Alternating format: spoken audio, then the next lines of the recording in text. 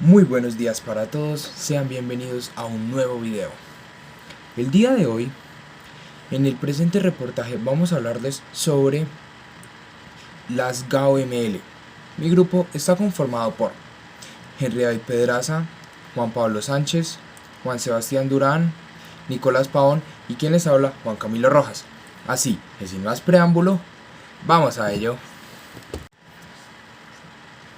Bueno, este video va a ser un reportaje acerca de las GAO-ML, el cual va a tener presente una entrevista, un análisis, las consecuencias y lo que se está haciendo actualmente con la situación actual de este gran problema que presenta el país. Pero para poder entender esto, tenemos que tener un contexto. Y todo inicia con ¿qué son las GAO-ML? Bueno, las GAO-ML, que sus siglas significan Grupos Armados al Margen de la Ley, son, como bien su nombre lo dice, los grupos armados que son ilegales. Es decir, por ejemplo, las guerrillas, los grupos paramilitares, eh, las bandas criminales, son todos estos grupos los cuales están armados y atentan contra el pueblo colombiano, el ejército y las diferentes características las cuales defiende y engloba el pueblo colombiano como tal. Eh, Todo esto se ve muy ligado a lo que fue el conflicto armado en Colombia, lo que sigue siendo, porque de hecho aún no ha terminado el conflicto armado en Colombia, y, y la gran guerra que siempre ha habido entre los diferentes tipos de guerrillas, entre los paramilitares, en fin, los grupos armados al margen de la ley y el ejército. Por lo cual este es un tema de bastante importancia, al cual no es un tema sencillo, no es un tema fácil, que consigo ha tenido muchas consecuencias, y que desde mucho tiempo atrás, siendo Colombia uno de los países más afectados históricamente por el conflicto armado, pues trae consigo grandes consecuencias que en los últimos años se han visto más esfuerzos por parte del gobierno, por parte del pueblo para tratar de remediar un poco todo lo que ha causado este conflicto armado. A continuación, como primera parte de este especial reportaje, tenemos a mi compañero Nicolás Pavón, el cual va a presentar con todos ustedes varias entrevistas para poder aclarar este tema de las GAO-ML. Gracias. Muy buenos días. En este momento les vamos a dar presencia de tres entrevistas en específico, en la cual especialistas de la temática central de nuestro reportaje, que es las GAO-ML o los grupos al margen de la ley, estos especialistas darán su punto de vista directo frente a diversas perspectivas o preguntas que giran en torno a la problemática central que nosotros evidenciaremos en este reportaje. A continuación, daremos paso a las entrevistas.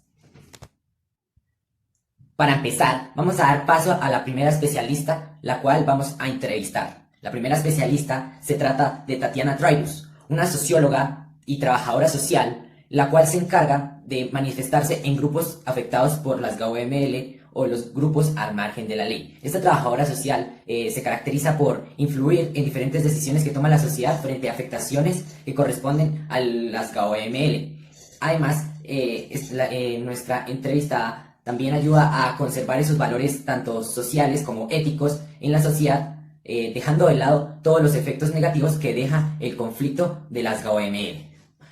Hola, Tatiana. Para empezar, no te quiero preguntar en sí qué son las GAO-ML, porque las GAO-ML son los grupos al margen de la ley. Y por perspectiva colombiana, los grupos al margen de la ley se distinguen como diferentes organizaciones, las cuales sobrepasan diferentes veredictos o leyes que están estipuladas en nuestro sistema político.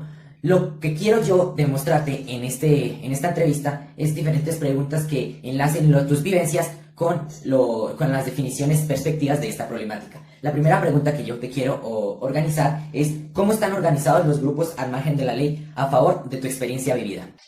Bueno, estos grupos son como cualquier otro grupo, entonces vienen por líderes o cabecillas, líderes sociales, presidente, y como tal es un organigrama. Entonces todo va, digamos, como unos subgrupos que se organizan de acuerdo a territorio, barrios, comunidades, diferentes sitios donde ellos pues ya empiezan a operar. Okay. ¿Cómo afectan los grupos armados en Colombia? Pues en realidad afectan muchísimo. Ya, como última pregunta, para finalizar nuestra entrevista, te quiero preguntar ¿qué efectos se evidencian en la intervención de las GAO-ML o grupos al margen de la ley en el desarrollo de las sociedades? Como toda organización, digamos, tiene unos límites y tienen un fin común. Estos grupos se organizan de acuerdo a los líderes, entonces donde están ubicados, operan y afectan, de hecho, pues a toda la comunidad. En este caso, pues a la comunidad externa. Si, por ejemplo, están en un pueblo, en una vereda, pues todo lo que está dentro de ese pueblo vereda se va a ver afectado. Muchas gracias, Tatiana. Para continuar con nuestra entrevista, daremos paso a nuestro segundo especialista, John Ricardo Molina, líder de la parroquia Santo Cristo, el cual, a través de las preguntas que yo le realizaré, nos va a mostrar la realidad que es vivida en la localidad de Fontibón, específicamente en Bogotá. Muy buenos días, John Ricardo. La primera pregunta que te realizaré es la siguiente. ¿Qué consecuencias negativas deja que los grupos al margen de la ley intervengan en la zona específica en la que usted se sitúa? Simplemente hay un desempleo, la inseguridad. Se ve demasiada gente mirando a ver qué hace, no saben a qué dedicarse en este momento, entonces eso nos da un margen de inseguridad grande. Muy interesante, John Ricardo. Como segunda y última pregunta, le quiero preguntar ¿qué entes apoyan el bienestar de la sociedad frente a estos grupos al margen de la ley o las GAO-ML? Dan apoyo de la Policía Nacional, la Casa del Pueblo, la Defensoría Civil, juntas de acciones comunales de... Ya concluidas las entrevistas a especializados, entraremos a un margen más personal en el cual vamos a realizarle de manera más específica 3 preguntas a un familiar resguardando su seguridad. La primera pregunta consta en decirle a mi familiar, preguntarle para él qué son los grupos al margen de la ley. Los grupos al margen de la ley son personas que van en contra de la normatividad colombiana por ideales o revoluciones que hacen ellos en contra del gobierno. Como segunda pregunta que le tengo a nuestro familiar, le voy a realizar ¿en qué zonas cree que más se puede desarrollar el conflicto de las GAO-ML, los grupos al margen de la ley? Estos grupos se radican donde hay total abandono del gobierno, los pueblos más alejados, las regiones de Colombia donde se nota más la pobreza. Ya como última pregunta, le quiero decir a nuestro familiar que nos dé la opinión de qué soluciones se pueden dar en una sociedad para no permitir el acceso de las GAO-ML o los grupos al margen de la ley. Una de las soluciones es dar oportunidad de estudio desde muy pequeños para todos en equidad de proporciones. A partir de las reflexiones dadas por los especialistas que respondieron las anteriores preguntas, podemos analizar que estos especialistas buscaban dar una voz de apoyo a sus comunidades mediante la respuesta objetiva de diferentes problemas o conflictos que giraban en torno a los grupos al margen de la ley. Estos especialistas querían dar un ideal hacia la gente para que la misma, valga la redundancia, la misma gente genere una opción de cambio en las comunas y en los barrios que se presentan este tipo de problemas. En conclusión, podemos diferir que las sociedades ambiguas necesitan una voz de apoyo frente a las problemáticas que se generan a partir de los conflictos del paramilitarismo y los grupos al margen de la ley. Y ya para terminar, la reflexión que les dejo con este tipo de entrevistas es que tenemos que mirar no solo la perspectiva de la ciudad en general, sino tenemos que mirar los barrios, las comunas, centros en los que las personas sufren mediante diferentes fenómenos como son la agresión o el control de un grupo al margen de la ley. Muchas gracias, compañero Nicolás. A continuación, para poder clarificar y poder entender de mejor manera todo lo sucedido con las GAO-ML, mi compañero Henry Pedraza va a presentarles a todos ustedes algunos datos y cifras de las cuales tienen que tener presentes para poder entender de mejor manera todo el conflicto que se ha armado a base de las GAO-ML. Y bien, muy buenas noches. Llegamos a esta sección para hablar sobre las estadísticas de estos grupos armados. Recordemos que estos grupos les han causado demasiado daño a nuestra propia comunidad, especialmente a las comunidades más vulnerables, como lo son los campesinos y los niños. Por consiguiente, vamos a ver las siguientes estadísticas sobre el reclutamiento forzado a menores de edad en estos grupos ilegales.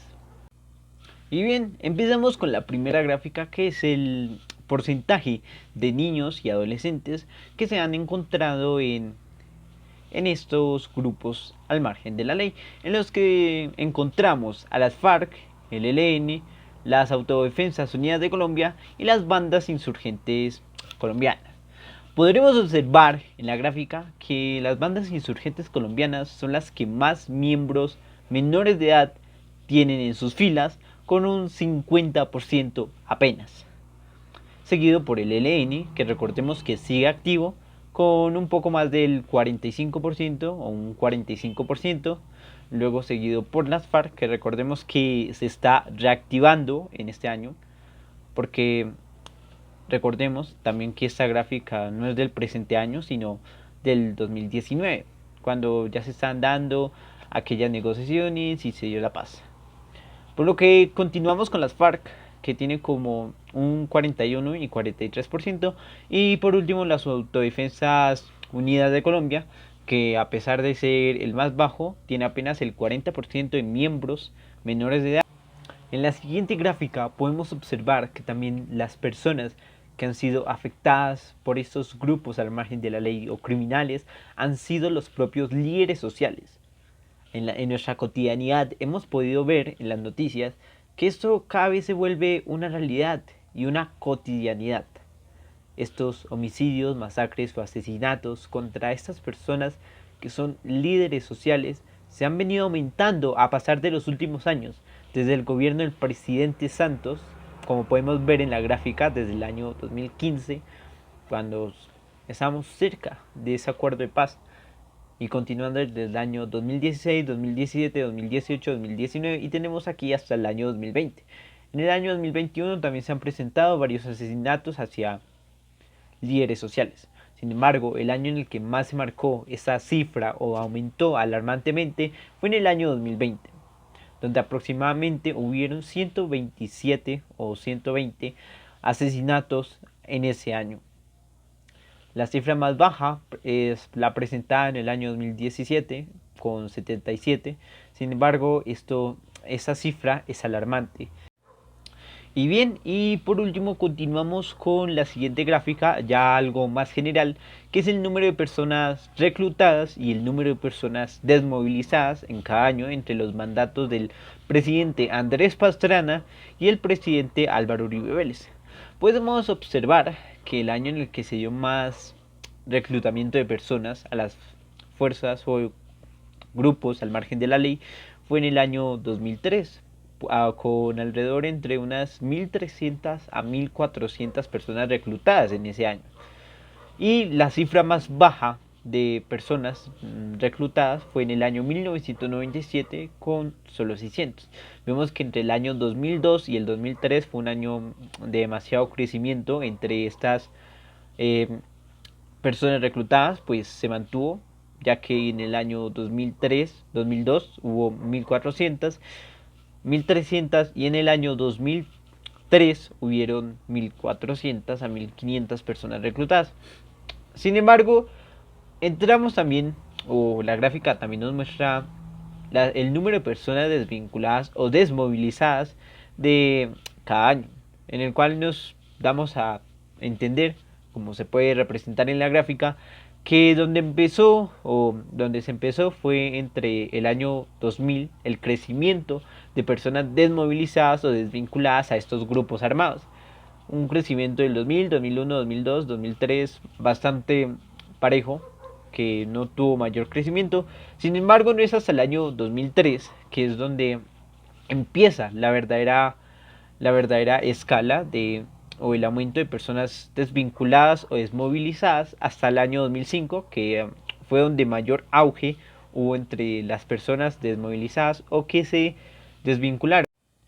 Ya por último, también hay que aclarar que es preocupante sobre los homicidios que pasan en nuestro país, puesto que desde el año 2016, año en el que se firmó el Tratado de Paz con el gobierno de Juan Manuel Santos, esos casos de homicidios han venido en aumento en 2016, 2017, 2018, 2019 y 2020.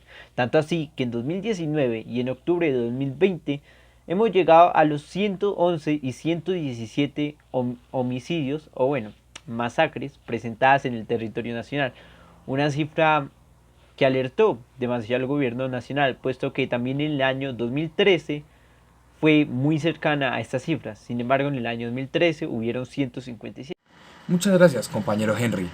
Posteriormente, encontramos a qué está haciendo el gobierno para poder solventar todos los problemas ya mencionados provocados por las GAO-ML y cómo ha sido el proceso de reparación de víctimas, algo que tenemos que tener muy presente con todos estos acontecimientos sucedidos. A continuación, los dejo con toda esta información con mi compañero Juan Pablo Sánchez. Gracias. Muchas gracias, Juan Camilo. Seguimos con ¿qué ha hecho el gobierno o qué está haciendo para solucionar el problema? El conflicto armado en Colombia, activo desde mediados del siglo XX, es uno de los más largos y enquistados del planeta. Aunque la presencia de grupos guerrilleros y violencia paramilitar fueron fenómenos que se dieron en numerosos países latinoamericanos durante el siglo XX, casi todos estos conflictos terminaron hace 2 o 3 décadas. Las circunstancias particulares del conflicto colombiano, donde el narcotráfico ha servido para financiar a varios actores armados, ha hecho que la guerra se haya extendido hasta la actualidad.